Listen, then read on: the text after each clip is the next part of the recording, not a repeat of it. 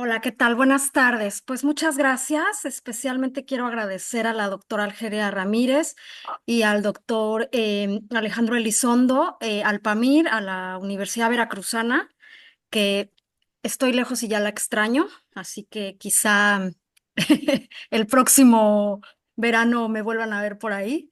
Y bueno, muy agradecida y muy contenta de poder hablar de este tema con todos ustedes. Va a ser un poco una sesión maratónica. Voy a intentar resumir lo más importante y abrir también preguntas y abrir nuevas líneas de interés para todos y todas y todos los que estemos escuchando. ¿Ok? Primero quisiera empezar a preguntarles como una pequeña reflexión. em, ¿Cómo se ven los hablantes de herencia? ¿Quiénes son los hablantes de herencia? Quizá tenemos ciertos estereotipos sobre lo que son o pueden ser. Entonces, para que profundicemos un poco en esta reflexión, voy a poner unos ejemplos y ahí empezamos a pensar si es un hablante de herencia o no es un hablante de herencia. Sé que algunos leyeron algún paper por ahí, entonces, bueno, están totalmente invitados a participar. Vamos a pensar primero en Bruno. Bruno es un niño de 8 años, nació en México, estuvo expuesto al español desde su nacimiento por su familia mexicana, también estuvo expuesto al inglés desde el nacimiento porque su padre es estadounidense. Bruno se mudó a los Países Bajos antes de empezar a hablar. En Países Bajos estuvo expuesto al inglés y al neerlandés, pero en su entorno hablaba mayoritariamente en inglés. Bruno ahora vive en California y va a una escuela bilingüe en inglés y en español. Bueno, empiecen a pensar, ¿será que es un hablante de herencia? ¿De cuál lengua? Sí, no. ¿Qué onda? Ahora vamos a pensar en Brenda. Brenda nació en Los Ángeles, adquirió el español por su madre, su familia es de Jalisco y toda su familia mexicana. Estuvo expuesta al japonés por su padre, que es Japanese American de tercera generación. Brenda estudió en escuelas monolingües de inglés, pero tomó clases de español como segunda lengua en la secundaria. Megan ahora vive en la Florida. ¿Será un hablante de herencia? ¿No será? Vamos a ver a Belinda. Belinda nació en Texas, estuvo expuesta al español por sus padres mexicanos hasta los 5 años, que es cuando entró a la escuela y entonces en una escuela monolingüe en inglés y es donde empieza a adquirir el inglés. Cuando tenía 9 años, la familia se mudó a México, donde estudió hasta los 12 años. Después la familia regresa a los Estados Unidos. Los padres de Belinda trabajan el campo y no tuvieron la oportunidad de alfabetizarse. Belinda hoy tiene un doctorado en lingüística hispánica por la Universidad de Arizona. Belinda produce formas como hiciste, como aiga, como truje, que no corresponden a un español estandarizado. Sin embargo, solo las usa cuando habla, pero no las usa cuando escribe.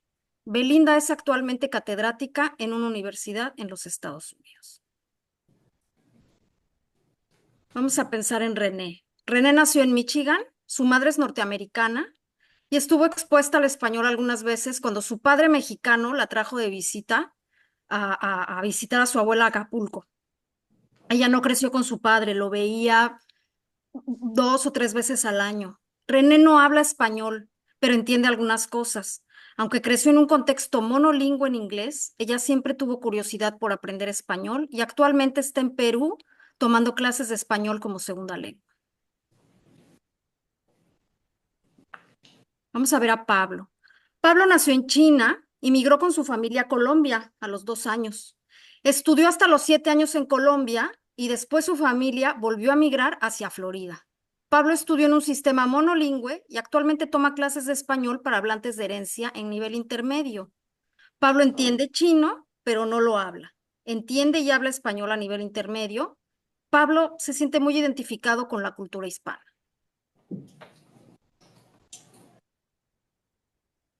Vamos a ver a Catrín. Catrín nació en Irak. Su lengua materna es el caldeo. Como la lengua mayoritaria de su país es el árabe, nunca fue a la escuela en caldeo y toda su escolarización hasta el bachillerato fue en árabe. Debido a la guerra, Catherine migró a los Estados Unidos a los 18 años, donde fue escolarizada en inglés. Actualmente hace un doctorado en lingüística, habla cotidianamente inglés en la universidad, caldeo con su familia y árabe con sus amigos. Y finalmente John. John nació en Nueva York, creció en una familia monolingüe en inglés, pero ¿Cómo la era señora que eso? lo cuidó durante más de 10 años era colombiana y siempre le hablaba en español. Josh casi no habla español, pero entiende muy bien.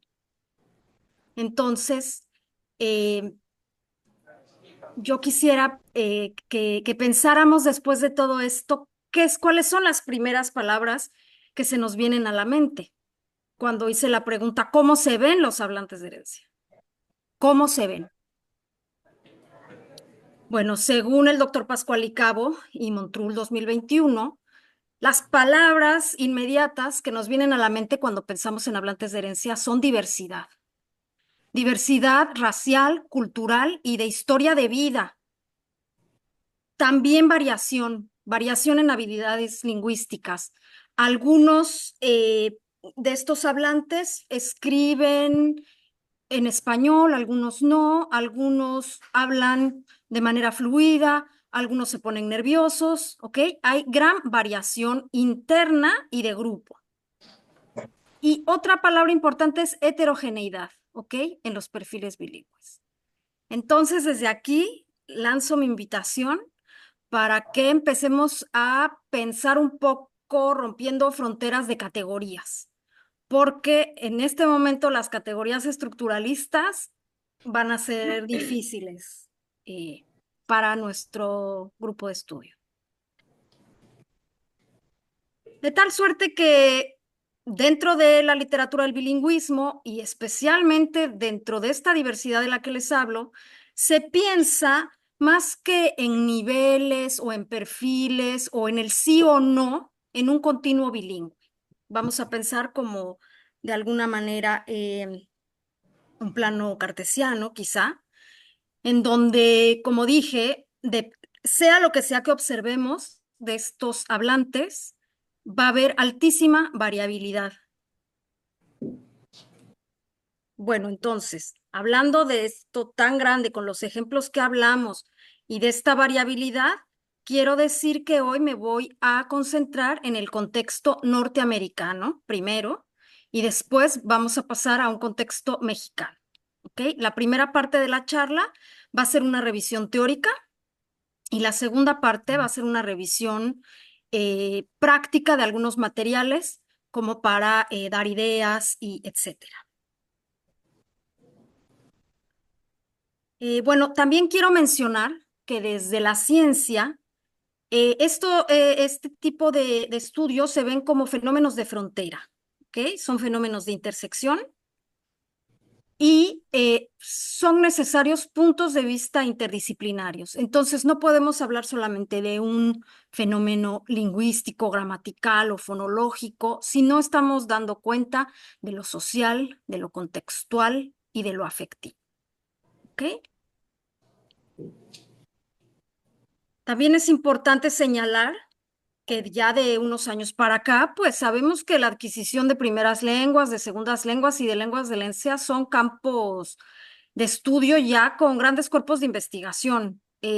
Aunque el campo de hablantes de herencia es más reciente, tendrá unos 30 años, el cuerpo de investigación que se ha armado es ya muy, muy amplio. Entonces, gracias a esto, en lo pedagógico decidimos de alguna manera pues informarnos con la evidencia científica. Esto es importante decirlo, porque cuando damos clases desde un punto de vista estructuralista, no estamos basados en evidencia, ¿ok? Sino estamos basados en pues lo que me dijo mi profesor, que a su vez se lo dijo su profesor, que a su vez se lo dijo su profesor, de alguna manera. Entonces, en este campo es importante que empecemos a pensar en la pedagogía como que esté informada desde la evidencia. Bueno, entonces ahora sí, rápidamente vemos unas cifras, más de 60 millones de hispanos. Es importante decir que 1 de cada 3 somos mexicanos o de origen mexicano. Entonces, pues eso nos toca, en este sentido, a las universidades mexicanas de primera mano. Repasemos una definición. Hay muchas definiciones de hablantes de herencia. Esta es una. De Rodman 2009, ¿ok? Entonces, ¿qué es una lengua de herencia? Es una lengua que se encuentra disponible en el hogar o la comunidad de un niño, que no es la lengua dominante en el contexto sociopolítico, ¿ok? Es adquirida de manera natural por medio de la interacción entre mecanismos cognitivos, es decir, todo lo que pasa en el cerebro y con el input, y los datos lingüísticos que se reciben, ¿ok? Tanto la cantidad como la calidad del input, más la introducción de la lengua dominante, así como diferencias en la alfabetización y la educación formal, pueden resultar en lo que a simple vista, fíjense bien, a simple vista, se ve como pérdida o retraso de la adquisición de la lengua. Bueno, a primera vista yo digo, no, no, es que este español no me suena muy bien, a primera vista. Pues los científicos ya se encargaron de verlo no a primera vista, sino a profundidad. ¿Ok? Vamos a ver qué nos dice Montrul 2016. Individuos que son parte de grupos lingüísticos minoritarios, que crecieron expuestos a la lengua de sus padres o comunidad y a la lengua mayoritaria en todos los demás contextos. Bueno, si suena una campanita sobre nuestro país, que es multilingüe, también podríamos empezar a pensar en esas lenguas, ¿no? Los hablantes de herencia tienden a ser dominantes en la lengua mayoritaria y poseen diferentes grados de dominio sobre la lengua de herencia. Algo muy importante de revisar es el orden de adquisición, nivel de control, la función de la lengua y el estado sociopolítico, porque en general eh, nos han dicho y hemos leído y hemos pensado que el monolingüismo es la manera ideal en la que funciona una sociedad.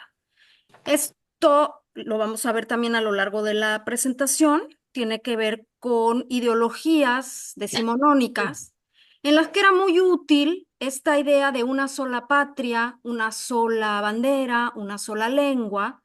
Y bueno, en ese contexto fue muy útil, pero hoy ya no es útil para nosotros ni para nuestros estudiantes. Seguir pensando que entonces lo típico es que mi primera lengua y mi nivel de control de lengua fuerte y la función de lengua primaria y el estatus sociopolítico de lengua mayoritaria esté alineado. Pensábamos que eso era lo que tenía que ser, con un punto de vista epistemológico en el monolingüismo. Bueno, hoy los datos nos muestran que la mayor parte del mundo no solo es bilingüe, sino multilingüe, y entonces sabemos que esta alineación ya no, ya no da cuenta, ya no nos permite explicar lo que necesitamos explicar. Porque en nuestros hablantes esto no está alineado, ni el orden, ni el nivel de control, ni la función, ni el estatus sociopolítico. Vamos a ver otra definición de la pionera del campo, que es Guadalupe Valdés, y ella definió a la lengua de herencia como la lengua no dominante que los hablantes bilingües adquieren en el hogar y en la que demostraban cierta destreza aunque fuera receptiva, ¿ok? Hoy sabemos que los bilingües receptivos existen, que son bilingües y que simplemente están dentro de ese plano cartesiano de colores del que yo les hablaba, dentro de ese continuo. Bueno, se encuentran en determinado punto. Ya no decimos este mito de él es totalmente bilingüe, o sea, ¿qué es esa idea de ser totalmente bilingüe, ¿no? O no ser totalmente bilingüe. Bueno, un bilingüe receptivo es un bilingüe. Vamos a ver brevemente las características que según el doctor Pascual Cabo y Montrul 2022 delinean ese español que escuchamos, ¿ok?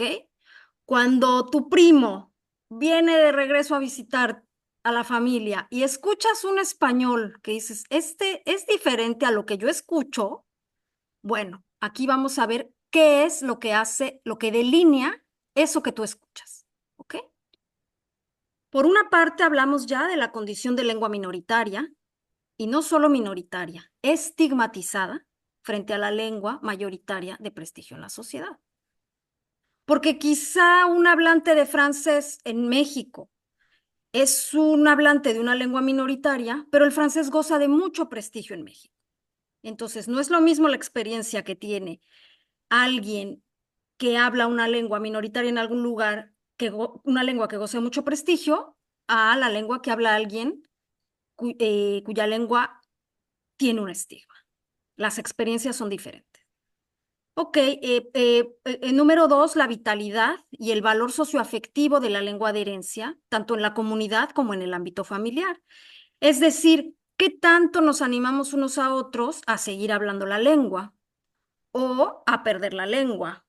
¿Qué tanto compromiso tenemos los padres con nuestros hijos a pasarles nuestra lengua?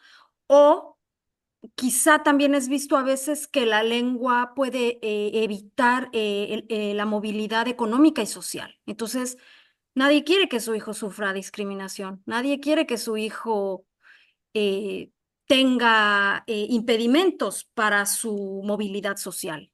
Entonces, en este momento, los padres es muy probable que elijan que sus hijos tengan más fuerte la lengua mayoritaria y ahí empieza a perder vitalidad la lengua. Número tres, la falta de oportunidades e incluso el rechazo a hacer uso de la lengua en el ámbito público. ¿Ok? Y aquí vamos a apuntar más que a los padres, pues al sistema que no genera esas oportunidades y que permite que exista este rechazo a hacer uso de la lengua. Para todos es bien sabido y es viral todos estos videos en donde hay personas muy agresivas que dicen a otras, ¿por qué hablas español si estás en este país? Si estás en este país, habla inglés. Si no, ve de nuevo a tu país. Eso se lo dicen mucho también a ciudadanos americanos. Número cuatro, la falta de acceso a la escolarización formal en español. Esto es un punto crucial. La edad de adquisición de cada una de las dos lenguas y el subsecuente cambio a la lengua dominante en la sociedad. Este cambio ocurre más o menos entre los 8 y los 9 años. Número 6, la cantidad, calidad y frecuencia del input recibido. En este caso, la calidad no está relacionado con, hay algo que es de muy buena calidad. No, estamos tratando de describir en cuántos contextos y en cuántos ámbitos el hablante puede manejarse o recibir datos lingüísticos. Es decir, en lo escolar, en la oficina, en lo público, en la cocina, a eso nos referimos con calidad. Y finalmente, la influencia interlingüística. Esto no podemos olvidarlo, es un sistema bilingüe, entonces pretender que se comporte como un sistema monolingüe, pues es un poco infructuoso, por decirlo menos. Estos dos autores también en ese mismo paper hacen una descripción de las características del español de los Estados Unidos, de algo que es seguramente lo que estamos escuchando con algunos de nuestros parientes. Y fíjense bien que estoy diciendo el español de Estados Unidos y no en los Estados Unidos, ¿ok? Pues bueno, esto está ya muy estudiado, pueden ustedes ir a la bibliografía, está muy descrito, sabemos que hay diferencias en el uso de la concordancia de género y número, hay diferencias en el uso de la personal, hay diferencia también con el uso de verbos psicológicos, hay diferencias en el aspecto y en el modo, especialmente en el modo, lo más profundo, hay diferencia con el uso de pronombres, con preposiciones. No es de extrañar a ningún lingüista que haya diferencias en el uso de preposiciones, dada la naturaleza de las preposiciones. Hay diferencias con los determinantes, con los infinitivos y los gerundios. Hay diferencias en el orden de constituyentes y obviamente encontramos cambio de código.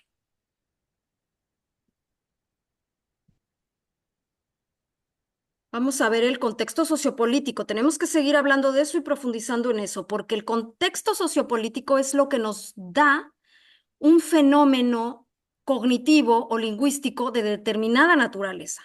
Entonces, nunca podemos verlos por separado. Siempre tenemos que verlos en intersección, ¿ok? Sabemos que la lengua se ve desplazada en la tercera generación, incluso antes. Entonces, algunas personas que dicen, bueno, pero entonces, ¿cómo es si se está desplazando porque hay tantos hablantes? Ah, bueno, eso es porque siguen llegando olas migratorias. Pero pensemos en un caso muy hipotético que se lograra cerrar la frontera a la migración, que eso es imposible, pero pensémoslo así, la lengua se va a desplazar. O sea, hoy sabemos que si eso ocurriese, la lengua se iría perdiendo. ¿Ok? Entonces, no es que goce de muy buena salud en los Estados Unidos, aunque tenga tantos hablantes. Insisto que tiene que ver con la migración reciente. Hay presiones asimilatorias muy fuertes en este país sobre English only. Hay un gran estigma sobre hablantes de otras lenguas, no solo sobre el español, también hablantes de otras lenguas. Y eso es algo ideológico que tiene que ver con la idea, de nuevo, decimonónica de Estado-nación en el que se fundó los Estados Unidos. Hay una falsa creencia de que el español es una lengua extranjera, de eso ya habíamos hablado en la charla que tuvimos hace unos meses, que es una falsa creencia, dado que el español es la primera lengua europea que se habló en este territorio. No fue el inglés, fue el español por la colonización. Además de que al anexarse la mitad del territorio mexicano a los Estados Unidos, pues se anexa con todo y personas que son hablantes. Entonces, no es que un día abrieron los ojos y dejaron de hablar español. Y por si fuera poco, pues todos los hispanos que todos los días compramos, trabajamos, vivimos y generamos un montón de cosas en este país en español. Entonces, debido a esto, algunos pensamos que esto de que el español es una lengua extranjera en los Estados Unidos es una falsa creencia. Estamos frente a otra lengua nacional. Y como ya mencioné hace un momento, estas ideas del siglo XIX de Estado-nación, una lengua, una bandera, un ejército, algo muy útil en su momento para las independencias, esto es parte de un discurso independentista, útil en ese momento, pero que quizá ya hay que empezar a pensar en otros términos. Vamos a ver el perfil psicolingüístico. Estamos hablando de bilingües simultáneos, es decir, bilingües que adquieren las dos lenguas al mismo tiempo, ya sea porque uno de sus padres ya habla totalmente en inglés o porque van a la guardería y entonces empiezan a escuchar el inglés o porque sus hermanitos mayores ya van a la escuela y está la presencia del inglés en la casa. Estamos también hablando de bilingües secuenciales, tempranos y tardíos dentro de la infancia, ¿ok? Después de la pubertad ya estamos hablando de L2 y de bilingües pasivos, una vez más. Entonces, rápidamente, como una revisión, es importante ver estos gráficos que hizo la doctora Montrul, en donde nos muestra cómo sería la adquisición temprana de una L2, ¿no? Frente a su L1 y cómo va creciendo. Entonces va creciendo la L1 y bueno, ahí pianito va creciendo la L2. Después vemos cómo es una adquisición tardía de una L2, ¿ok? Después de la adolescencia. Es interesante, ¿no? Los que somos profesores de L2, que nos frustramos bastante y bueno, pues es que ya está descrito científicamente, o sea, nunca vamos a lograr que ese estudiante hable como un monolingüe, ¿no? Y fíjense lo que pasa con estos hablantes. Tiene su L1, ahí viene el L2 poquito a poco y de pronto, como dije, como a los 8 o 9 años, esta L2 empieza a crecer de manera impresionante. No solo crece de manera impresionante, sino debido al contexto social que acabo de describir, la L1 empieza a recibir cada vez menos y menos input, ¿ok? De toda suerte que en la adultez vemos algo así.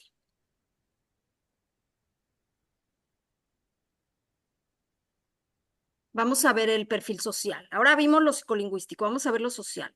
Estamos hablando de migrantes o hijos de migrantes, quizá generación 1.5, segundas, terceras generaciones, y algo fundamental es que viven estigmatización lingüística y social.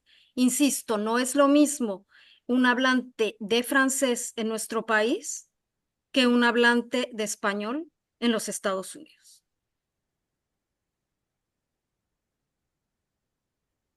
Y el punto fundamental, se ha comparado mucho desde lo estructural, lo fonológico, así como hace ratito les mostré en el paper del doctor Pascual Icabo y la doctora Montrul, eh, se ha comparado mucho la competencia, el conocimiento, el uso lingüístico de los hablantes de herencia con hablantes de L2 avanzados.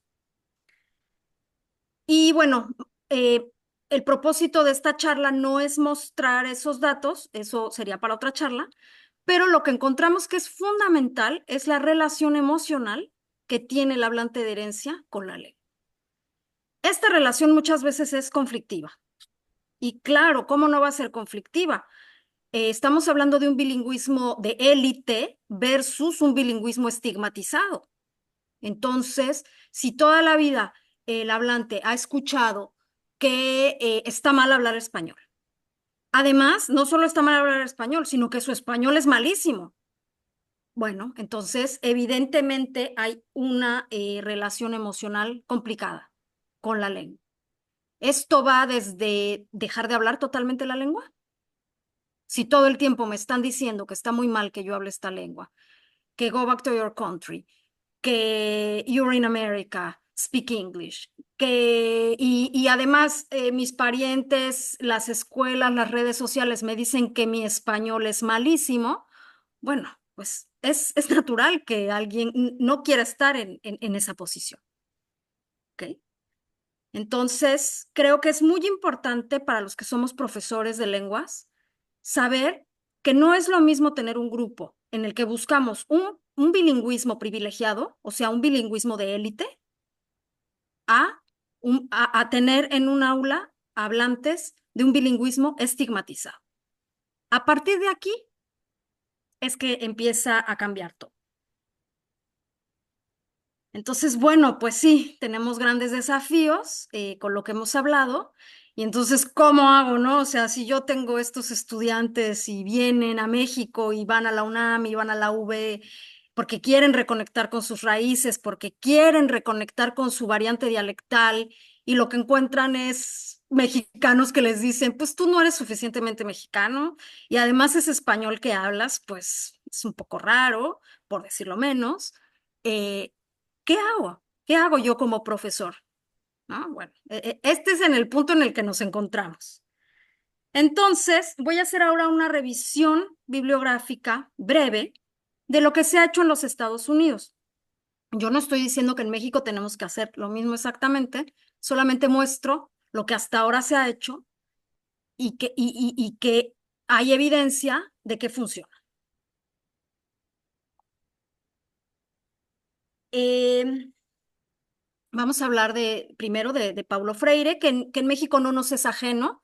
Tenemos grandes pedagogos y educadores desde los 60s y 70s en México que se han dedicado a estudiar a Paulo Freire y la pedagogía del oprimido, ¿ok? Donde vemos esta idea de reflexionar y después de reflexionar, actuar. ¿Ok? Para Freire era muy importante que los individuos adquirieran conciencia de cómo la realidad sociocultural modela sus vidas y cómo poder cambiar esa realidad. Porque bueno, ok, está muy bien reflexionar y saber en qué posición la sociedad me ha puesto a mí, te ha puesto a ti, nos ha puesto a todos. Pero si ese lugar en el que me pusieron a mí no me gusta, pues la idea es construir algo para cambiar esa realidad e ir a la acción. Entonces, estos serían los principios de la pedagogía crítica desde el punto de vista de Freire, que es promover la concientización dialéctica entre opresor y oprimido, tomar acciones para un cambio social y finalmente generar una sociedad más igualitaria. Una vez que vamos generando esto en los estudiantes, empezamos a desarrollar una literacidad crítica, ¿ok? Entonces el uso del lenguaje que cuestiona la construcción social del individuo. Vamos, ahora se ve así muy abstracto, pero vamos a ir aterrizando poco a poco. Entonces nos interesa desde este punto de vista generar conciencia sobre la manera en cómo las experiencias de vida se relacionan con la hegemonía de la cultura dominante en los Estados Unidos y en México, y la forma en la cual su propio dialecto del español se relaciona con las variantes de prestigio. Esto es fundamental. Aquí vamos a respirar porque esto es fundamental, ¿ok? Vamos a continuar con la variación. Según la doctora María Luisa Parra, el objetivo primordial entonces desde este punto de vista es que los estudiantes puedan conocer su propia lengua y que la usen para desarrollar conciencia social, que levanten la voz para convertirse en sus agentes constructivos de cambio en sus propias comunidades. ¿Ok? Según Liman y Serafini, la pedagogía crítica informada desde la sociolingüística nos ayuda a entender las dimensiones sociales y culturales de la lengua, relaciona la enseñanza con los cambios lingüísticos y cómo estos se relacionan con las variantes dialectales de los estudiantes. O sea, no solamente digo, eso no es español, así no hablamos. Ese español, alguna vez escuché una profesora del CP que decía, es que estos hablantes tienen muchos vicios de lenguaje. Bueno, obviamente esos estudiantes no quisieron más ir a estudiar a ese lugar, ¿no? Donde reciben este tipo de feedback, ¿no? Es evidente. Entonces, partiendo desde otro punto de vista, entonces vamos a relacionar la enseñanza con el cambio lingüístico y cómo este se relaciona con mi variante, con tu variante y con la diversidad en general. Y vamos a introducir temas como variación lingüística, obviamente, y bilingüismo. Entonces, profesores y estudiantes, es muy importante que los profesores sean primero que los estudiantes, tendrían que estar al tanto de las jerarquías lingüísticas en la racialización del uso, tanto en Estados Unidos como en México. Las variantes dialectales de los estudiantes son estigmatizadas como una marca de clase social, eso lo sabemos todos, pero la pregunta es, ¿estamos haciendo algo para que esto deje de ser así o estamos contribuyendo a esta indexación de variante clase social? Debido a esto, muchos hablantes tienen miedo de hablar español, obviamente, han internalizado todos los mensajes negativos respecto a su identidad lingüística. Y bueno, en este sentido, un enfoque crítico de enseñanza problematiza y cuestiona la noción de corrección y de apropiado, la noción de la existencia de un mejor español que otro y la noción de prestigio de la variante estándar. Vamos a ver primero la noción de corrección, ¿ok? Pues desde un punto de vista científico, como sé que muchas personas de las que están escuchándonos son lingüistas o estudiantes de lingüística, bueno, sabemos que la primera clase de introducción a la lingüística nos dicen, pues es que aquí lo correcto y lo incorrecto no existe, porque desde un punto de vista científico, pues es como si yo dijera, esta mariposa es mejor que esta. Pues no, son diferentes mariposas. Esta flor es mejor que esta, son diferentes flores. Un biólogo no hace anotaciones taxonómicas basándose en lo mejor o lo peor. Hace solamente una descripción. ¿Ok? Entonces, la noción de corrección no es una noción científica. Eso es muy importante saber. La noción de corrección es una noción ideológica basada en la historia dependiendo de cada lengua. En nuestro caso, existe un ente regulador de la lengua española, pero es muy interesante que ese ente regulador no está formado por científicos de la lengua. Está formado por escritores, o sea, por gente destacada pero que no son científicos de la lengua. ¿Ok? Entonces, es muy importante, ya como profesores de lenguas, empezar a manejarnos desde un punto de vista científico y saber que la noción de corrección, pues desde la lingüística cientificista, no tiene un espacio. También esta idea de lo apropiado o lo no apropiado podemos discutirla. ¿Ok? La existencia de un mejor español, seguramente todos han escuchado, ¿no? Es que el mejor español, pues es que del que se habla en Salamanca, el más puro.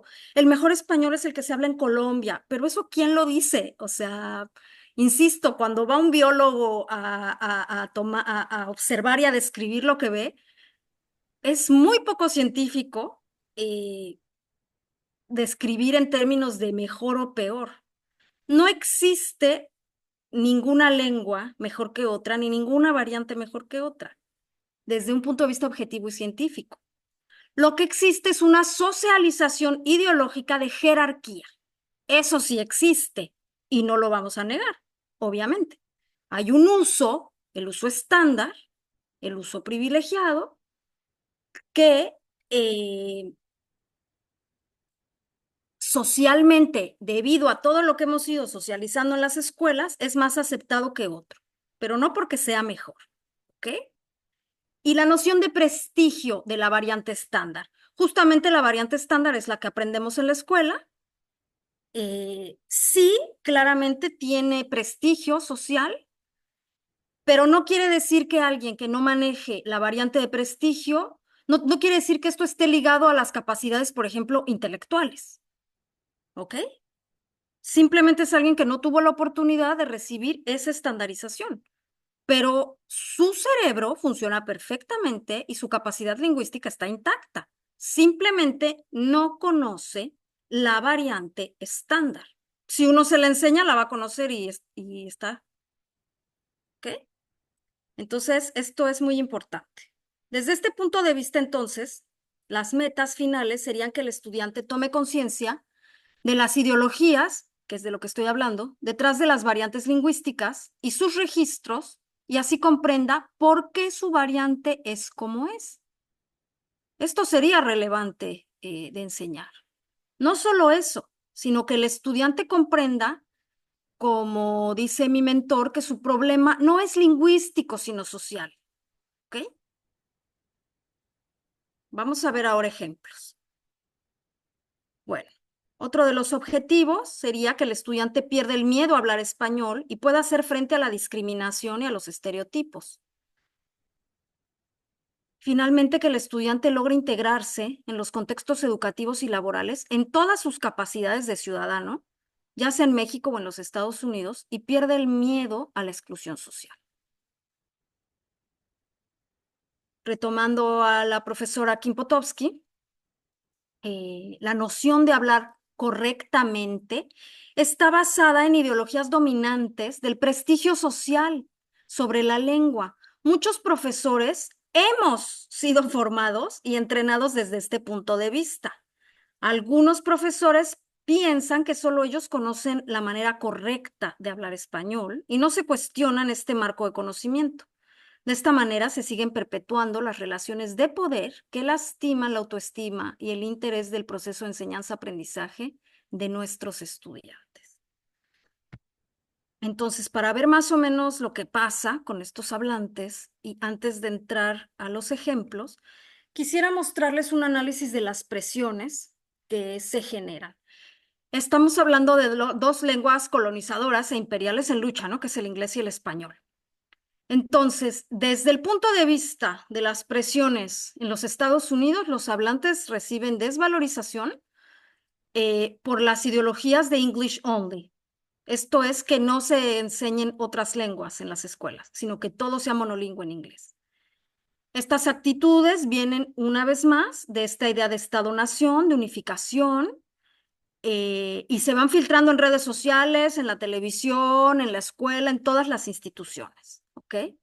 Por otro lado, los hablantes de español también tienen una desvalorización hacia la comunidad hispana en los Estados Unidos, hacia los hablantes bilingües o hacia el uso de Spanglish. Pero ¿cuáles son las ideologías desde el cual se sustenta? Desde las academias. desde la RAE, desde la ANLE, y lo mismo, es la misma idea, la misma idea monoglósica de solamente una lengua, solamente una variedad, es la única que es digna de hablarse. Todo lo demás, entonces, es ilegítimo. Lo que no nos damos cuenta es que, pues si el producto lingüístico es ilegítimo, también estamos diciendo que sus hablantes lo son. O sea, detrás de una lengua hay personas que hablan una lengua y que se ven afectadas directamente por todo este tema ideológico. ¿Ok? Entonces, bueno, se propondría una tercera vía de análisis de estas presiones, en donde podríamos empoderar a nuestros estudiantes mediante la toma de control de su bilingüismo y de las diferentes variantes y registros. Vamos a ver ejemplos de lo que pasa. Fíjense bien cómo todo el tiempo en estos ejemplos se está jugando la idea de prestigio y estigma, todo el tiempo. O sea, ¿hablo de manera prestigiosa o tengo un estigma? Antes de iniciar con los ejemplos, quiero aclarar que estos de ninguna manera reflejan mis puntos de vista. Eh, y siento mucho si pueden ser insultantes o desagradables, pero me parece que es ya momento que empecemos esta discusión en nuestro país, ya que está en tantos países. Vamos con el primer ejemplo. No Sabo Kids. No Sabo Kids es un trend de TikTok en el que se usa para, como una etiqueta peyorativa, lo que recientemente entre los jóvenes, lo que ante otras generaciones llamaban pocho, ¿ok? Entonces ahora es no sabo qué. Y entonces, ¿cuántos de nosotros hemos escuchado este tipo de expresiones? Cuando los mexicanos dicen que no hablan español y tienen el nopal en la frente. Fíjense qué insultante, qué racista, ¿no? La idea de que la lengua nos pasa por fenotipo genético, lo cual pues no solo habla de una tremenda ignorancia, sino que lastima a la sociedad. Vamos a ver otro ejemplo. Fíjense bien, en espacios virtuales o redes sociales vemos ejemplos actualmente muy claros de cómo estas ideologías han permeado todos los niveles de la sociedad y se reproducen todo el tiempo, ¿no? En comportamientos sectarios, racistas y clasistas. No sé si se alcanza a ver, voy a leer. Dice, yo no sabo kid, voy a traducir. Dice, bueno, es un muchacho usualmente de origen mexicano que cuando le piden que hable español, él responde, en lugar de decir yo no sé, dice yo no sabo. Y decir yo no sabo es una de las desgracias más grandes que le puede ocurrir a un mexicano. Entonces tenemos los ejemplos. Edgar, la mamá de Edgar dice, hey Edgar, contéstame en español. Y Edgar dice, yo no sabo. Entonces la mamá le dice, salte de mi casa ahorita y lo insulta. ¿Ok? Entonces, ejemplo, Edgar es un no sabo kid. ¿Ok? O sea, ser un no sabo kid es la desgracia más grande que le puede ocurrir a alguien de origen mexicano. Vamos a ver otros. Fíjense, la doble discriminación de la que acabo de hablar hacia los jóvenes hispanos, que no solo son discriminados por la sociedad angloparlante por tener un inglés con acento, sino también por las sociedades de sus países de origen por no expresarse en un español monolingüe y estandarizado. Cuando dicen que no saben español y tienen el nopal en la cara. Yo soy de los United y hablo English, pero todavía tengo el nopal en la cabeza. ¿Ok?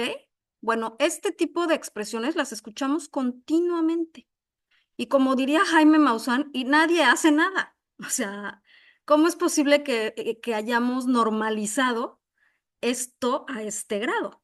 Bueno, es posible porque, insisto, tiene toda una historia basada en el siglo XIX que se ha repetido una y otra vez desde las instituciones de poder hacia todos los demás niveles. ¿Ok? Ahora tenemos aquí un ejemplo. Eh, pero voy a tener que dejar de compartir. Déjenme intentar a ver si pueden escucharlo. Si no lo pueden escucharlo, ¿me avisan? Stop. ¿Se escucha? Sí, sí se escucha. Ah, muy bien, muchas gracias. Not funny. Hey, ¿qué pasó? Él me estaba. I didn't say bothering, me estaba bodereando. ¿Bodereando? Yeah, he was bothering, cabrón. Se dice molestando. Y qué bueno que te estaba molestando. Así aprendes. No sé de dónde sacas eso de bodereando. Perro, no me pegas, no me pegas. Ok, Stop. Stop.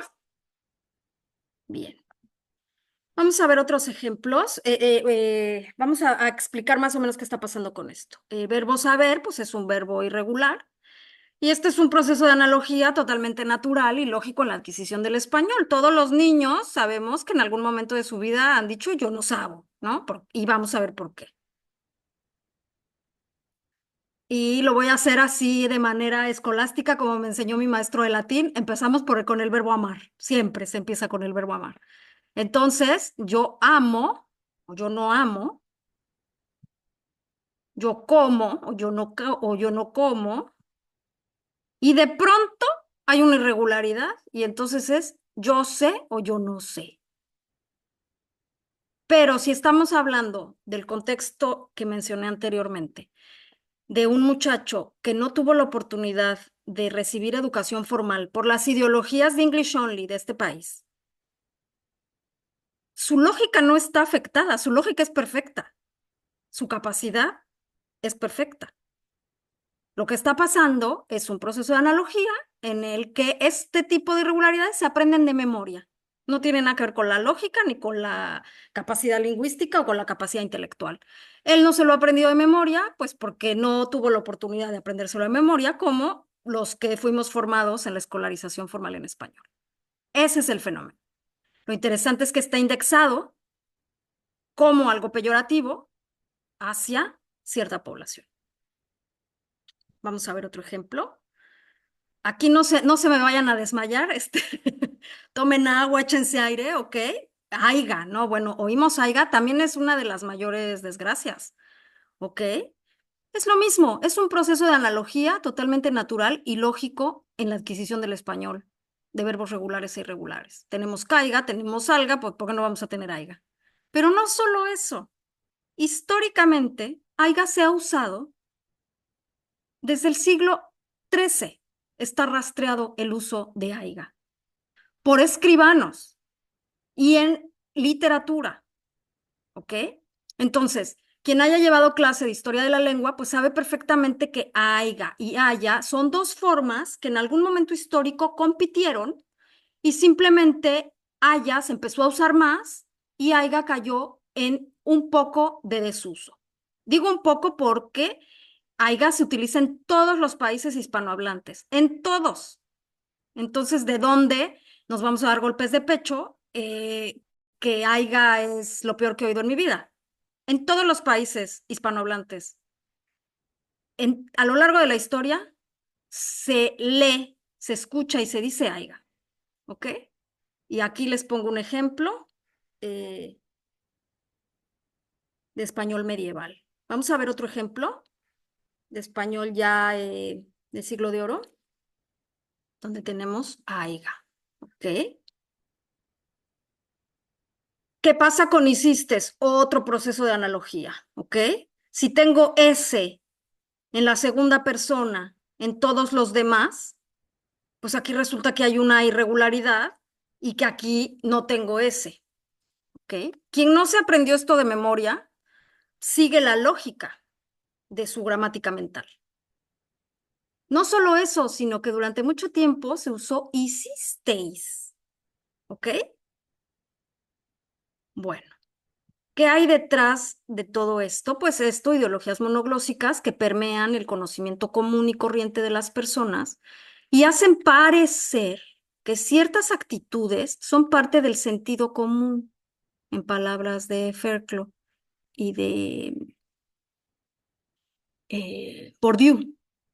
Entonces, pareciera que estas formas que acabo de mostrar nos dice el sentido común que son terribles. La realidad no existe ese sentido común, sino que hemos sido socializados por décadas y décadas y décadas para estigmatizar esas formas, ¿ok? Pero científicamente y filológicamente, esas formas son tan válidas como cualquier otra forma. ¿Ok? Entonces, lo anterior pues genera representaciones sociales, estereotipos que se reproducen desde, ay, perdón, desde las instituciones gubernamentales, así como desde los medios de comunicación y en este caso redes sociales. Y debido a esto pues son bastante persuasivas. En las escuelas se enseña gramática normativa con bastante rigidez, o sea que hablar y escribir bien es la llave del éxito. Entonces, si tú usas una forma del español arcaico, ya no tienes la llave del éxito. Solo tienen la llave del éxito los que usan este español estandarizado, esta variante estandarizada. En cualquier momento que se escuche que tú no usas esta variedad, ya no tienes la llave del éxito, ¿ok? Esfuérzate por escribir y hablar bien, no dañes tu idioma. Es la raíz de tu comunicación. ¿Realmente el idioma podría dañarse? Los que están aquí, que han estudiado latín, filología, historia de la lengua, pues saben que lo que hablamos en lenguas romances no es más que un dialecto de latín vulgar. El francés, cualquier lengua romance desciende de dialectos de latín vulgar. Entonces, el castellano en este caso, el español y muchas otras lenguas toman todo el tiempo préstamos, calcos de el contacto en el que están. Entonces, es tanto como decir que no, que ya queremos deshacernos de las palabras que nos heredó el árabe después de 800 años en la península ibérica, porque están arruinando el español, ¿no? O queremos deshacernos de las palabras del francés o del griego, porque pues sí, entonces tiene que ser latín, entonces ¿cómo vamos a tomar palabras del griego? Eh, lo que quiero transmitirles es que las lenguas están cambiando todo el tiempo y están recibiendo influencia todo el tiempo. Y esta idea de un español puro no existe. Existe nada más en un ideal, pero no existe un solo hablante que hable esa idea de español puro. ¿Ok? Todas estas ideologías, ¿qué pasa? ¿Cómo afecta a los hablantes? Pues obviamente son hablantes que se sienten segregados de su propia familia y cultura.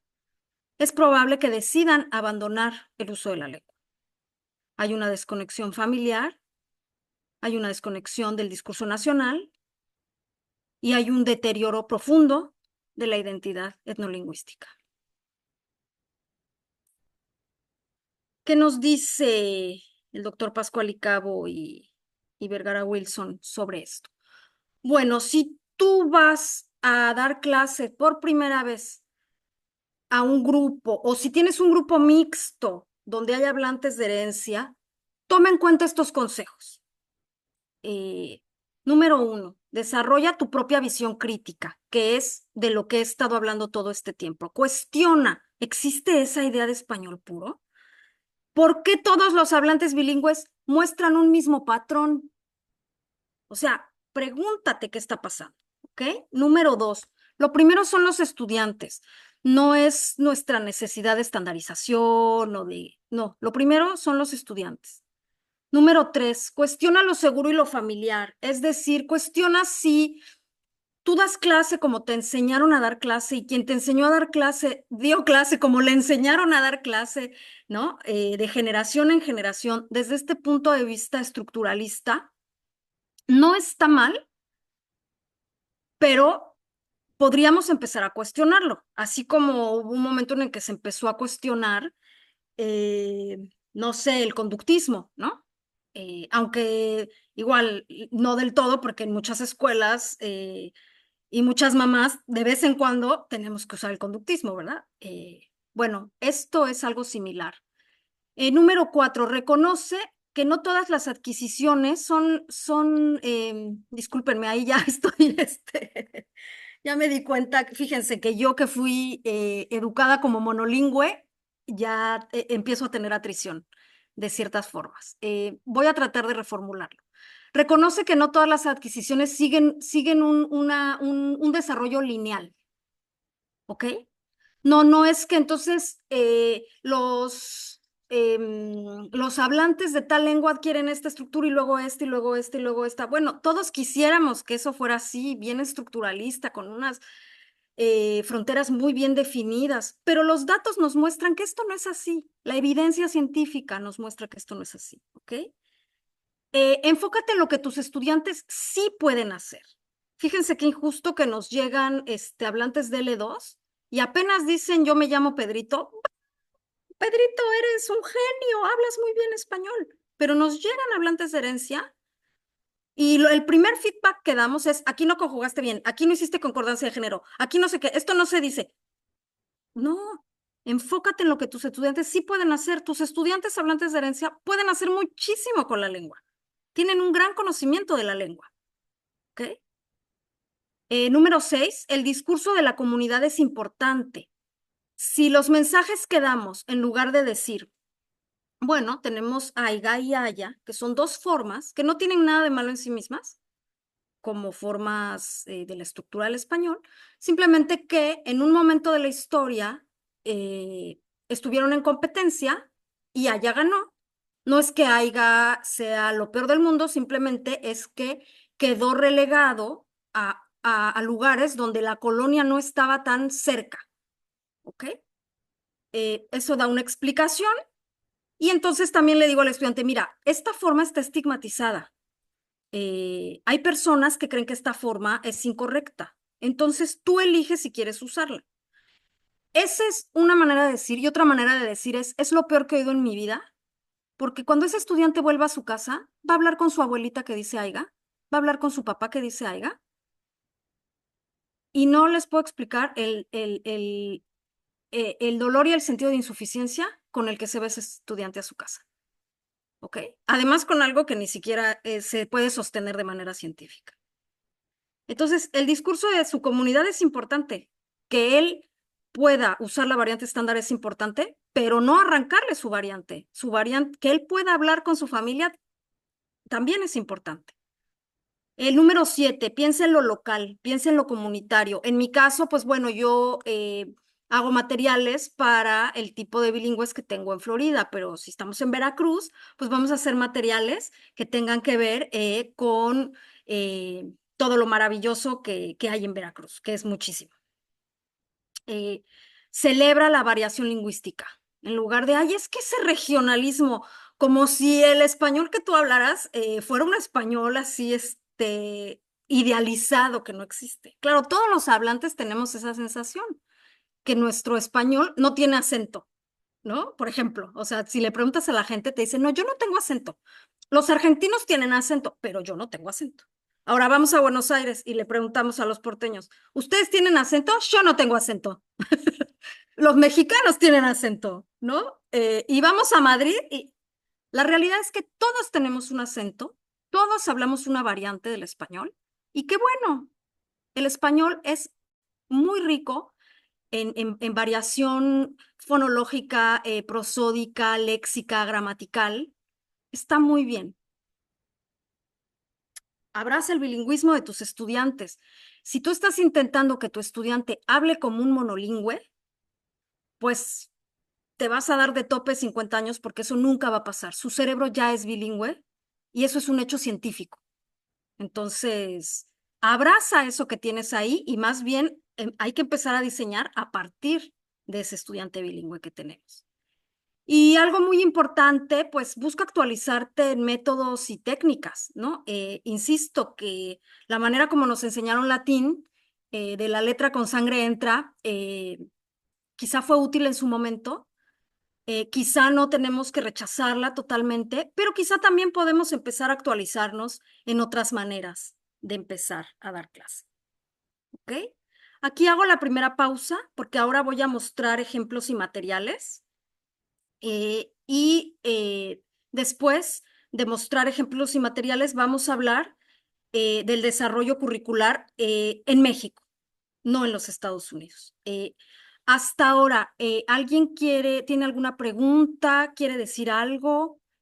¿Cómo están? ¿Ya están muy cansados? ¿Cómo va la cosa?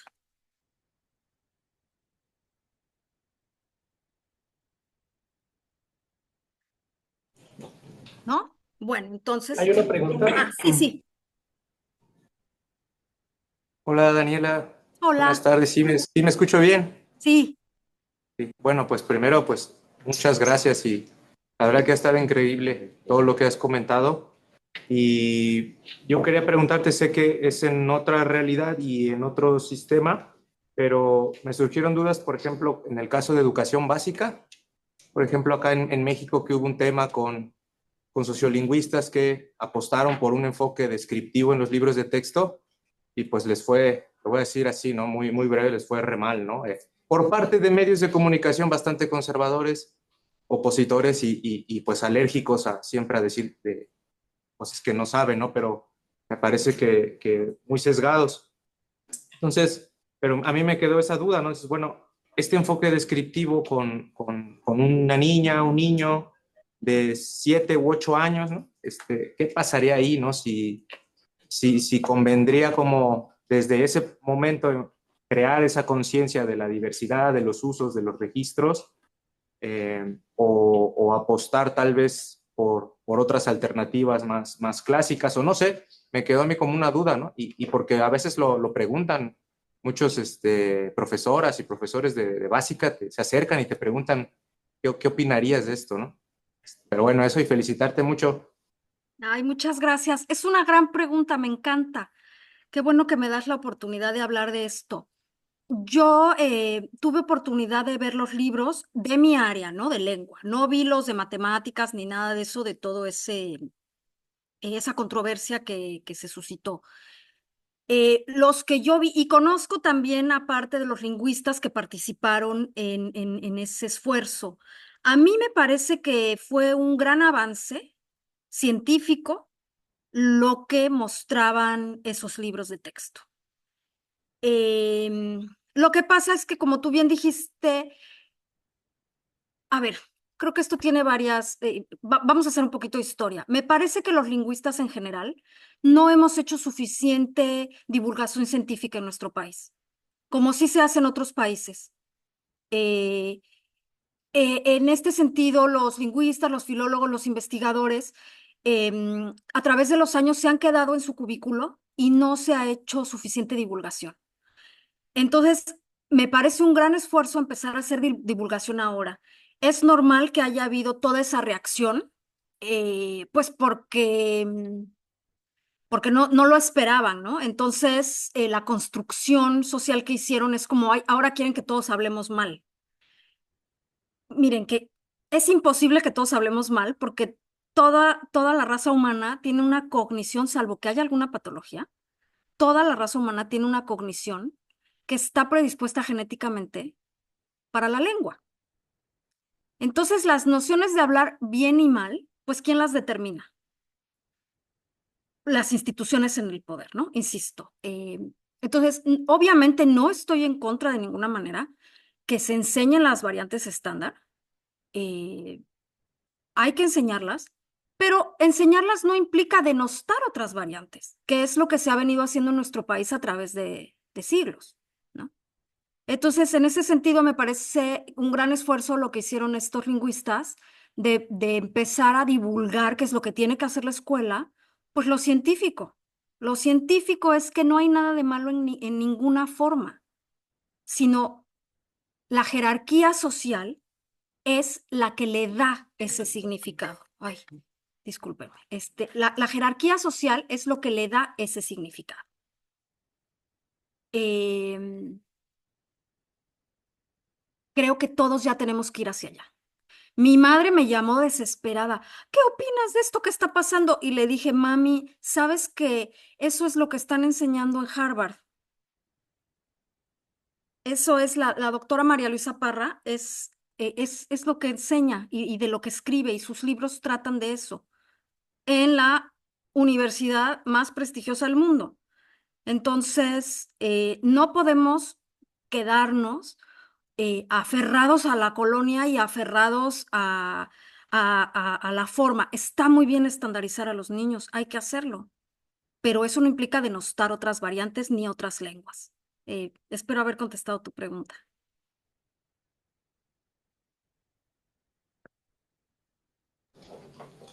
Sí, muchas gracias, muchas gracias. Saludos. ¿Alguna otra pregunta o ya nos vamos a ver los ejemplos? Bueno, en lo que llega otra pregunta voy mostrando,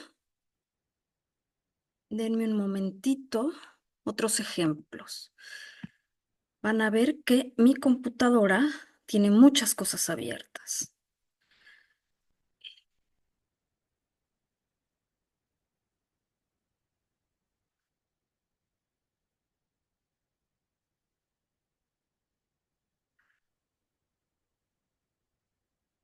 Ahora voy a compartir. Denme un momento. Esta.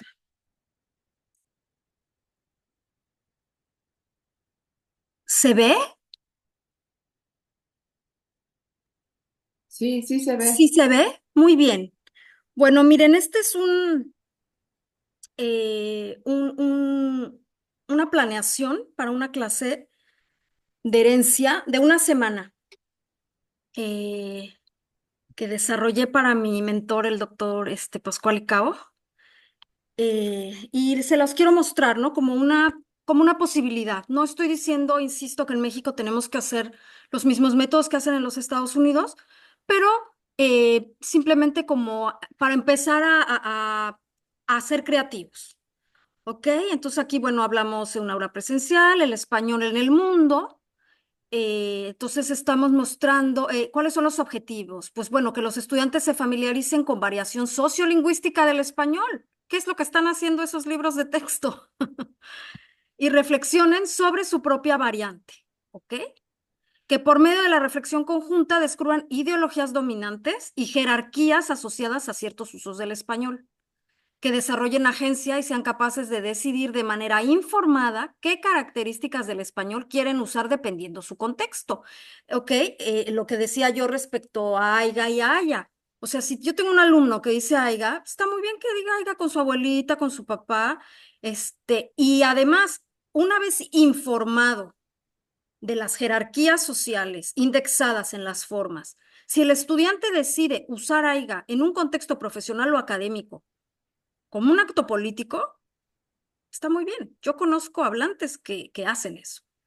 Lo importante es que el hablante esté informado, ¿no? No mandarlo así a la guerra sin fusil, sino que esté informado de las jerarquías indexadas respecto a cada forma, ¿ok? Bueno, aquí objetivos más específicos. Hoy no hemos hablado de Critical Language Awareness porque era tan grande la revisión de hoy, pero podemos verlo en otro momento. Critical Language Awareness, es decir, el desarrollo de una conciencia crítica respecto a los usos lingüísticos. Lo mismo respecto a la sociopragmática y lo mismo respecto a la variación dialectal. ¿Ok?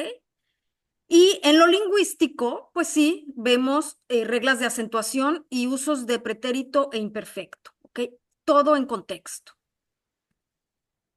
Entonces aquí pueden ver que iniciamos con preguntas arrancadoras, donde se habla español. Esta es una muy buena pregunta. ¿Existe un español puro?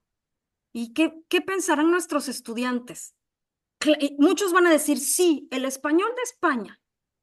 Ok, ¿y por qué es tan puro? Porque si es tan pero tan puro, son leístas, laístas, loístas, dequeístas, eh, se comen ciertos sonidos según la zona, ¿ok? Vamos a preguntar, ¿qué es esta idea de pureza? ¿Existe esta idea de pureza? O más bien es un mito que hemos estado repitiendo desde primer grado, desde el kinder hasta la universidad.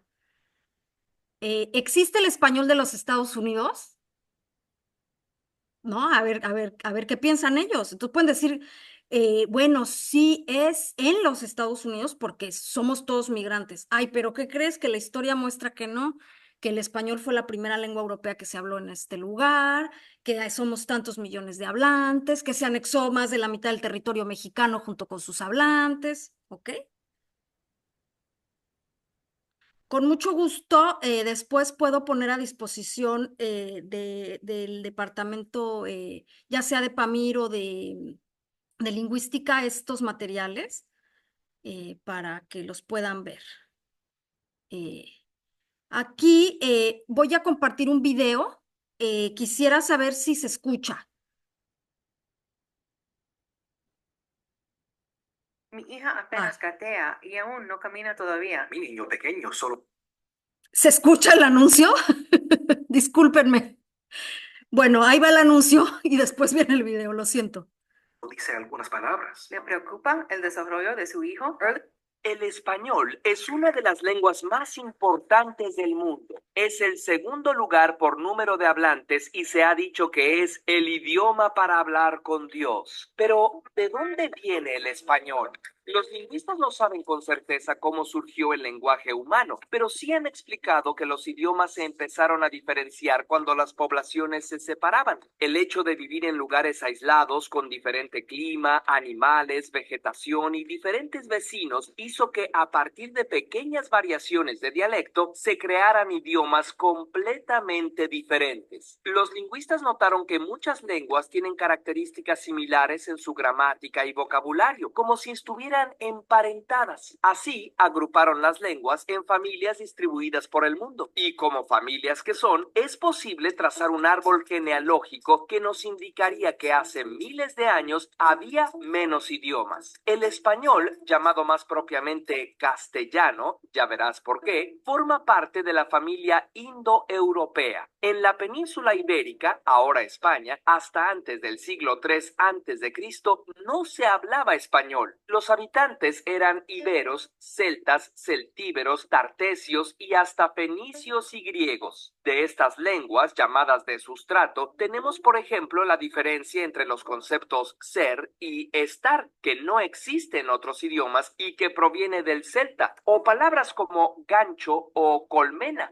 Del ibérico viene barranco y del vasco izquierda o chaparro. Entre el siglo III y el I a.C., el Imperio Romano conquistó toda la región alrededor del Mediterráneo, imponiendo su lengua, el latín. De esa lengua romana surgieron las lenguas romances, italiano, francés, rumano, portugués, catalán y español. Al mezclarse con las lenguas locales, el latín vulgar, es decir, el latín que hablaba el pueblo, no el idioma culto en el que se escribían los libros, formó varias lenguas, entre ellas la de la región de Castilla, el castellano. A partir de invasiones bárbaras se incorporaron palabras germánicas como guerra o yelmo, y cuando los árabes conquistaron la península y se quedaron como 700 años, crearon un conjunto de lenguas llamadas mozárabes y dejaron en el castellano más de 4.000 vocablos como almohada, aceite o ajedrez. En el siglo XIII, Alfonso X, el sabio, intelectual y promotor de las artes, estandarizó lo que ahora conocemos como castellano medieval, dándole importancia al dialecto de Toledo. En 1492, los reyes católicos Isabel I de Castilla y Fernando II de Aragón se unen y consiguen expulsar a los árabes. Hacen del castellano el idioma oficial. Los eruditos unifican su gramática y su ortografía y lo expanden por todo el país. En el siglo de oro surge el español áurico, que, aunque ya unificado, aún presenta muchas diferencias regionales. Por ejemplo, en la mayor parte de España, la C y la Z tenían pronunciación diferente a la S, pero no en las Islas Canarias ni Andalucía, donde se pronuncian S. Y Sevilla, en Andalucía, era la puerta de enlace de donde partían los conquistadores hacia América.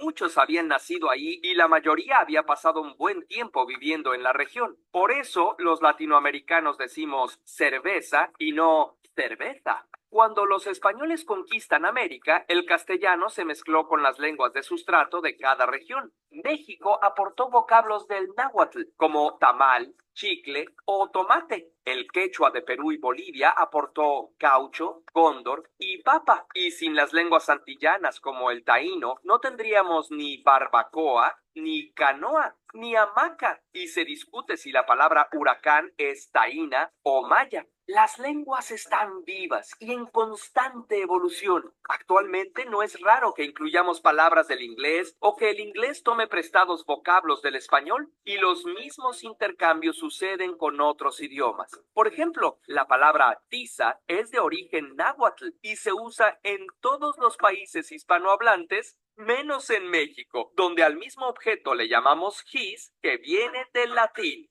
Curiosamente, si te gustó este video, sería genial. Bien, espero que se haya escuchado bien. Tiene algunas imprecisiones el video, pero nos sirve para, de nuevo, retomar estas preguntas de ¿existe un español puro? O sea, ¿existe un español que no haya sido tocado por ninguna otra lengua? Pues no. Ya vemos en la misma historia de las lenguas romances cómo fue que evolucionó el latín. Los que hemos tenido la oportunidad de estudiar fonética histórica, sintaxis histórica, pues sabemos cómo es que estos cambios se fueron dando. Entonces, lo importante es no repetir mitos en las clases, sino usar pues la información que ya tenemos en favor de que nuestros estudiantes se sientan bien consigo mismos y con su variante y no al revés.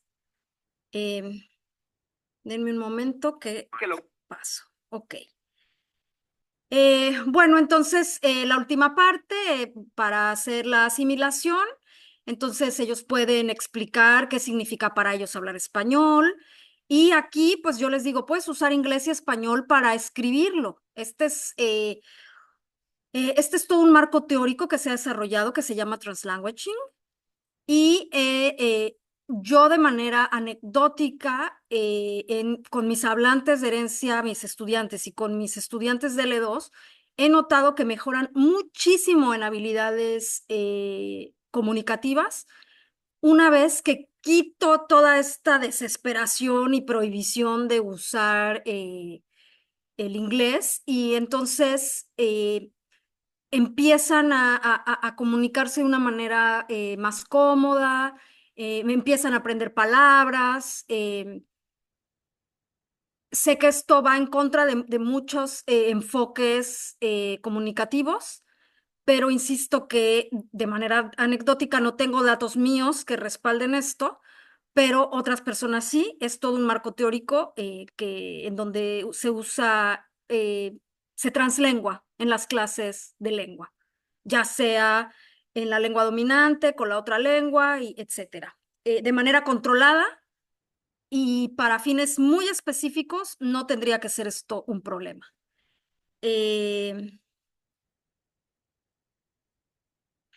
Denme un momento que les muestro. Voy a mostrar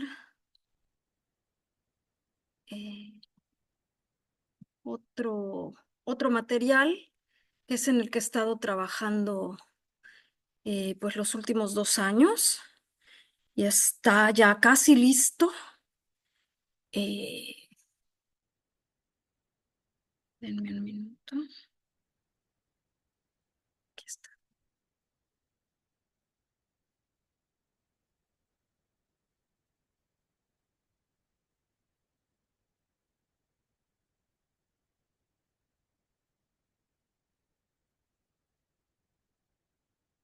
Este es un material, es un libro abierto en el que he estado trabajando junto con el doctor Pascual Cabo. Y miren, por ejemplo, inicia con variación lingüística. O sea, son clases de contenido sociolingüístico en español. No se restringe el translenguar y usamos pues temas que son seguramente más interesantes que hablarles del Quijote o de García Márquez, ¿no? Porque estos tienen que ver con su realidad. No es que el Quijote o García Márquez no sean importantes, simplemente están lejos de su realidad. Hablamos de variación, de cómo hablamos, aquí un video de cómo hablan en Madrid, en Buenos Aires, en Puerto Rico, ¿ok? Reflexionamos si es que todos tenemos un acento o no. Si se dan cuenta, hacemos uso de translanguaging, hacemos translenguaje todo el tiempo, ¿ok?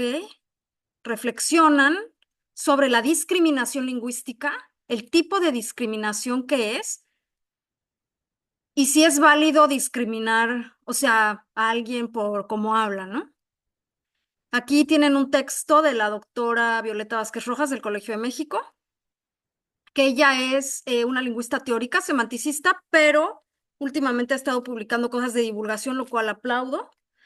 Y ella escribe todo un artículo en defensa del nadien. Aquí hace toda una explicación teórica y muestra ejemplos de redes. ¿Ok? Todos los ejemplos de discriminación que se dirigieron hacia, me parece, la gobernadora del Estado de México, en algún momento que en algún acto político dijo nadie, entonces todo el mundo se lanzó a decir que cómo era posible, que era lo peor que. Bueno, entonces Violeta escribe este artículo y lo publica.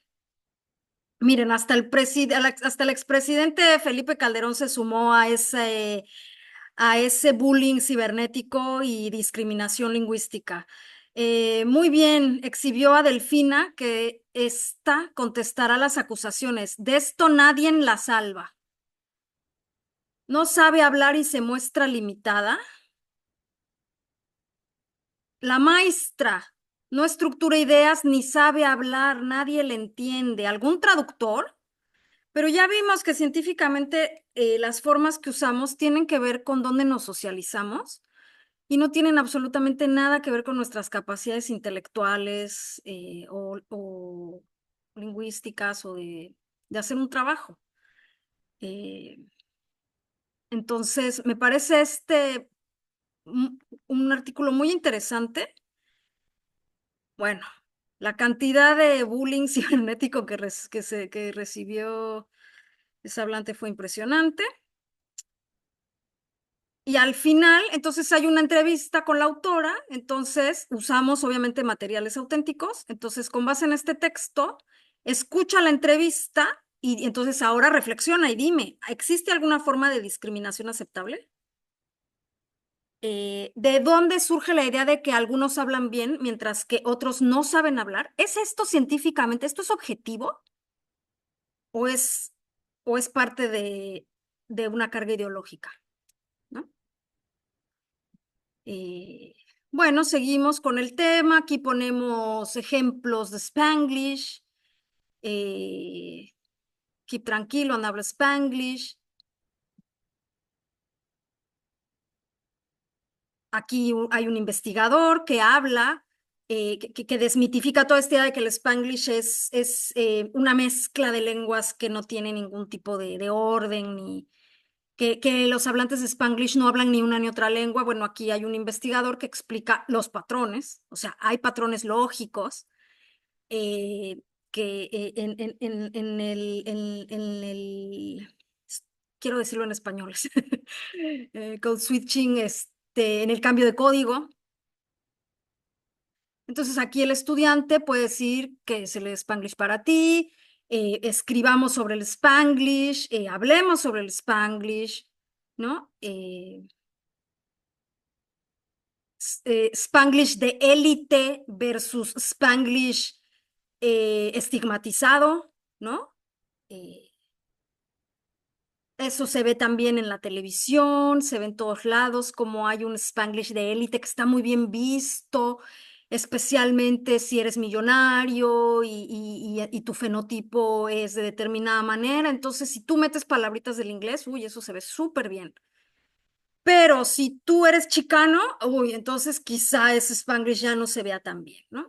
Entonces, bueno, hablamos de esto en estos materiales. Quiero mostrarles cómo están hechos los. Y tiene que ver siempre en contexto, ¿no? El español y yo.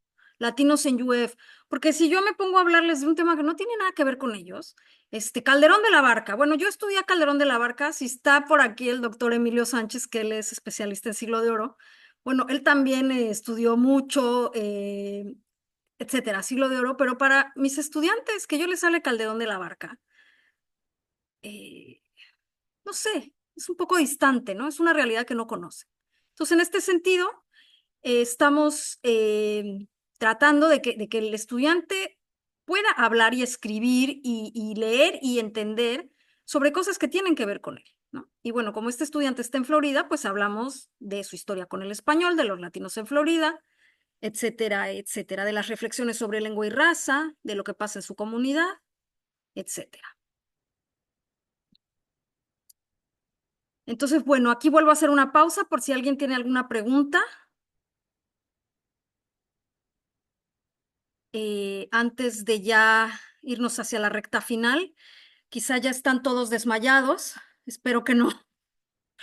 Espero que se hayan tomado un café de Coatepec antes de la presentación. Estamos ya hacia el final. Marcela, sí. Hola, bueno, muchas gracias Daniela por invitarme a esto y feliz de estar compartiendo este momento contigo. Muchas felicitaciones, señora. Gracias. Un comentario con lo que acabas de decir. Yo tuve la experiencia este año de participar con los grupos de lengua de herencia y tenía que sí o sí crear materiales con esa literatura clásica porque me lo exigían por otro lado, ¿no?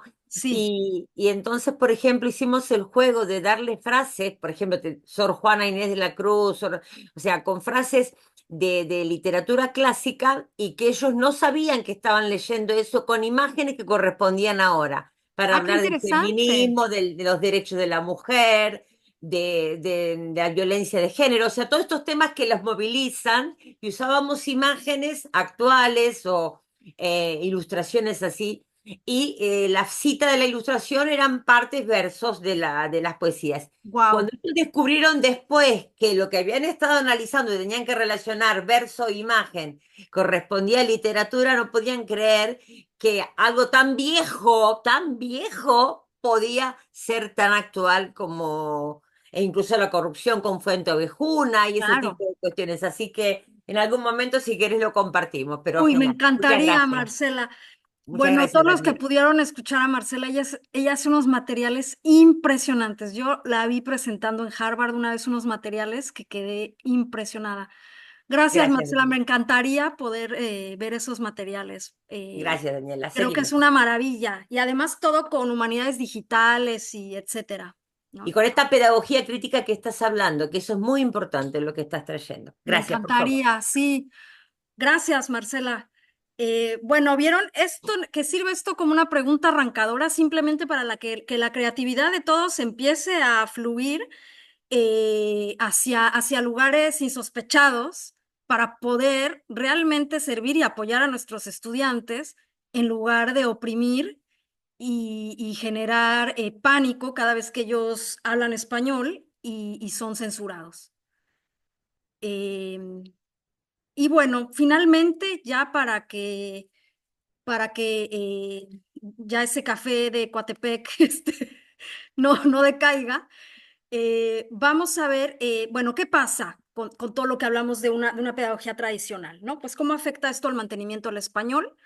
Bueno, en los Estados Unidos, obviamente el hablante empieza a evitar hablar español si todo el tiempo está siendo censurado, lo cual trae menor uso, y al traer menor uso, sabemos psicolingüísticamente que eso genera menor activación de la lengua, entonces va a ser más difícil para él cada vez más ir a recuperar léxico, una forma gramatical, lo que sea, y termina esto con la marginalización de los hablantes. Entonces, de alguna manera, podemos ver esto como el resultado de una enseñanza tradicional, ¿no? Entonces, mi pregunta vuelve, si hasta ahora el enfoque tradicional no ha dado resultado, pues vamos a seguir enseñando lo mismo a pesar de la evidencia. Es decir, una enseñanza estructuralista basada en una idea estructuralista de la lengua, que, ojo, yo amo el estructuralismo, me formé en el estructuralismo lingüístico y etcétera, y antropológico, pero quizá, quizá podamos empezar a repensar en otra manera. Y entonces aquí sí viene un guiño hacia México. Y entonces, todo lo que acabo de describir es nuestro punto de partida para empezar a pensar en hablantes de herencia de retorno. Sabemos que las leyes migratorias se han endurecido, sabemos que hay discursos antimexicanos y sabemos que la dificultad para muchos de alcanzar estudios universitarios es enorme. ¿Ok? Como la Universidad Veracruzana ha sido pionera en este tema, tanto en lo sociológico como respecto a los estudiantes. Bueno, por ahora no tenemos cifras confiables, pero yo sé que la UV está trabajando de varias maneras en esto y por lo cual agradezco mucho el espacio, especialmente en la UV. Sabemos que, como dijo el profesor Garrido en varios de sus textos, esta migración ya hace varios años que va en sentido contrario, ¿ok? Y que en este sentido contrario, no sabemos cuántos familiares vienen acompañando el retorno, e incluso cuántos de estos familiares son ciudadanos americanos. Aquí cito al profesor Garrido, que estamos hablando de un grupo normalmente invisibilizado en los estudios sociológicos, lingüísticos, ni les digo, y en las políticas migratorias, el de jóvenes y niños en edad de formación escolar o que recientemente han terminado sus estudios. Y aparece esta población tan interesante que ahora en esta recogida de datos encontré y pude ver más de cerca, que es esta población móvil, que se trata de una población nacida en los Estados Unidos, hijos de migrantes mexicanos, que en muchos casos llegan por primera vez a un país que les pertenece por herencia de sus padres, pero que al mismo tiempo les es totalmente ajeno. Y a estos, bueno, algunos sociólogos, migrantólogos, este grupo los hemos llamado migrantes de retorno, por falta de una mejor etiqueta para nombrarlos, porque esta población, muchos de ellos no están retornando, ellos nacieron en los Estados Unidos y están en México, sí, como el país de sus padres, pero en el que ellos no tienen competencia pragmática, competencia semántica, etcétera, etcétera. Entonces, habría que empezar a pensar si realmente esta etiqueta de migrantes de retorno es tan buena o podemos llamar transmigrantes, no sé. Es simplemente una provocación para que empecemos a pensarlo, a discutirlo. ¿Qué se encuentran cuando llegan a México? Pues mucha tensión y rigidez del sistema educativo a todos los niveles, desconocimiento de los procesos psicolingüísticos del bilingüismo, desconocimiento de los procesos sociales del bilingüismo, altísima discriminación, falta de empatía, que termina también en exclusión social. En esta recogida de datos, tengo bastantes datos cualitativos en este sentido. Entonces, bueno, aquí viene ya al final, no se preocupen, ya estamos terminando. ¿Cuáles deberían entonces ser los objetivos para este tipo de clases? Bueno, además de lo mencionado con anterioridad, con un enfoque crítico, que los estudiantes sean capaces de ejercer su ciudadanía lingüística en todas las variantes y registros de su repertorio, sabiendo adaptarse con flexibilidad al contexto y conociendo las consecuencias de cada decisión lingüística. Entonces va mi pregunta a los que somos profesores. ¿O es que pensamos que nuestros objetivos siempre tienen que ver con la lengua, con que sepan poner acentos, con hacerlos olvidar su experiencia, con hacer de cuenta que no son bilingües cuando lo son, con que tratemos de que hablen un español monolingüe, estandarizado, como el que se habla en nuestras comunidades o como el que nosotros creemos que deben hablar? ¿Cuál es realmente nuestro objetivo? Yo creo que nuestro objetivo debería ser este, que sean capaces de moverse y de ejercer su ciudadanía lingüística, ya sea en México o en los Estados Unidos, usando las variantes y los registros que ellos elijan. ¿Entre ellos está la variante estándar? Claro que sí. ¿Entre ellos está la variante que usan con su abuelita?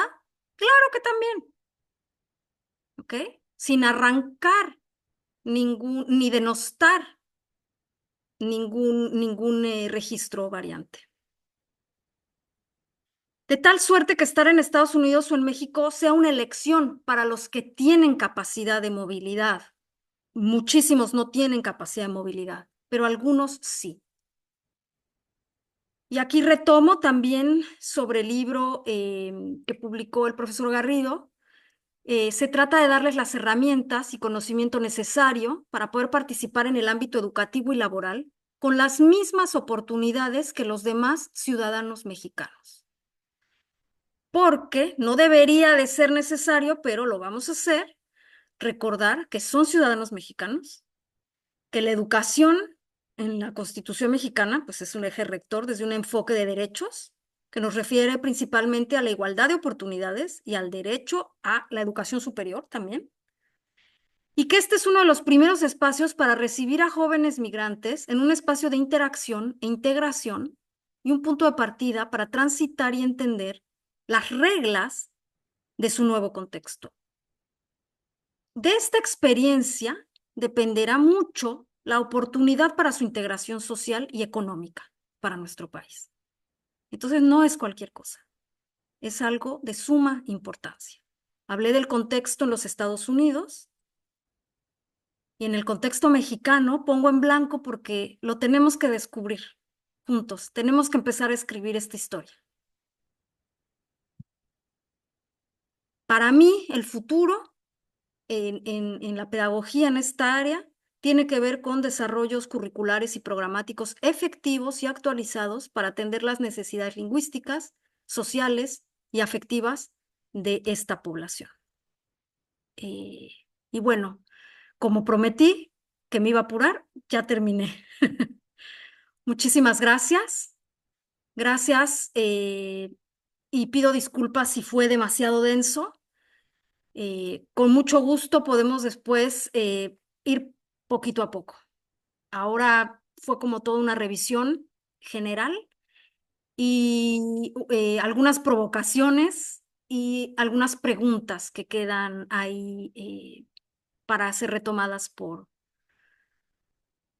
por quien sienta como el llamado hacia este lugar. Vuelvo a agradecer a la Universidad Veracruzana por su hospitalidad y especialmente al PAMIR y al posgrado en lingüística que me invitó hoy. Hasta luego. Fue muy, muy interesante para todos los que estuvimos escuchándote. Para mí me recuperé muchas cosas de tu presentación, pero creo que es muy importante para muchos chicos de aquí que van a ser maestros de lengua, darse cuenta que la docencia de lenguas no solamente es el salón de clases en este ambiente como de laboratorio, que hay muchas manifestaciones de la docencia de lenguas, ¿no?